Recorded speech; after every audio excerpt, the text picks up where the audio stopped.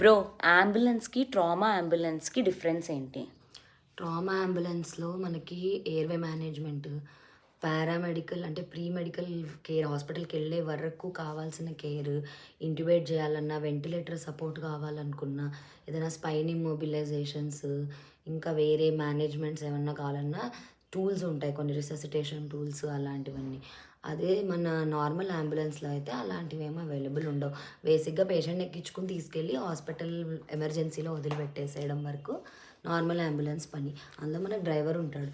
ఇందులో మనకి extra assistance కొన్ని ట్రామా అంబులెన్స్ వాటిల్లో కార్డియాక్ కేర్ యూనిట్, డాక్టర్స్ అవి కూడా అవైలబుల్ ఉంటాయి. సో ఇప్పుడు ఇప్పుడు సపోజ్ పేషెంట్కి ఏదైనా అయ్యి అంబులెన్స్ కాల్ చేశారనుకో, అది అంబులెన్స్కి కాల్ చేయాలా, ట్రామా అంబులెన్స్కి కాల్ చేయాలా అని మన వాళ్ళకి ఎలా తెలుస్తుంది నార్మల్ జనరల్ పీపుల్? అది ఇంట్లో పేషెంట్ కండిషన్ని బట్టి. పేషెంట్ అన్కాన్షియస్ అయిపోయింది, బాగా బ్రీతింగ్ డిఫికల్టీలో వెళ్తోంది, కళ్ళు తేలేసేసారు, ఎక్కువగా ఇలాంటి కేసెస్, సడన్గా చెస్ట్ పెయిన్ వచ్చింది, సో చాలామందికి సిపిఆర్ ఎలా చేయాలో కూడా తెలియదు. సో అలాంటివన్నీ చూసుకుని, అంటే చాలా మటుకు మనుషులకి తెలీదు.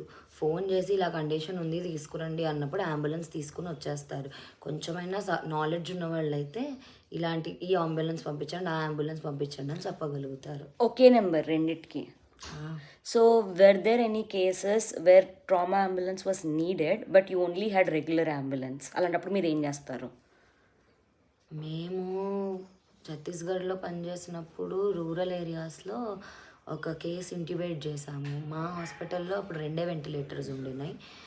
సిలిండర్స్ కూడా ఆక్సిజన్ సిలిండర్స్ ఎక్కువ అవైలబిలిటీ ఉండదన్నమాట. ఎందుకంటే 2 కన్నా ఎక్కువ ఇంట్యుబేట్ అయిన పేషెంట్స్ ఉంటే వాళ్ళని ఆంబు బ్యాగ్ తోటి ఇలా రిససిటేట్ చేసి ఇలా నొక్కుకుని ఎక్కించుకుని అక్కడి నుంచి నియరెస్ట్ హయ్యర్ సిటీ ఏదైతే ఉంటుందో అక్కడికి తీసుకెళ్ళి అక్కడ పెడతాము. సో ఒకసారి ఇలాగే ఒక పేషెంట్ని తీసుకెళ్లాల్సి వస్తే జవహర్ ఆంబు చేస్తూ హైదరాబాద్ వరకు తీసుకొచ్చి పేషెంట్ని పెట్టేసి, అంటే బ్రదర్ కూడా ఉన్నారు, జవహర్తో పాటు బ్రదర్ కూడా అసోసియేట్ చేశాడు. బట్ అలాంటి కేసెస్ కూడా ఉంటాయి ఛత్తీస్గఢ్ నుంచి హైదరాబాద్ వరకు ఇలా చేసుకుంటే తీసుకొచ్చారా? జవహర్తో పాటు ఇంకొక బ్రదర్ కూడా ఉన్నాడు అప్పుడు. వామ్మో,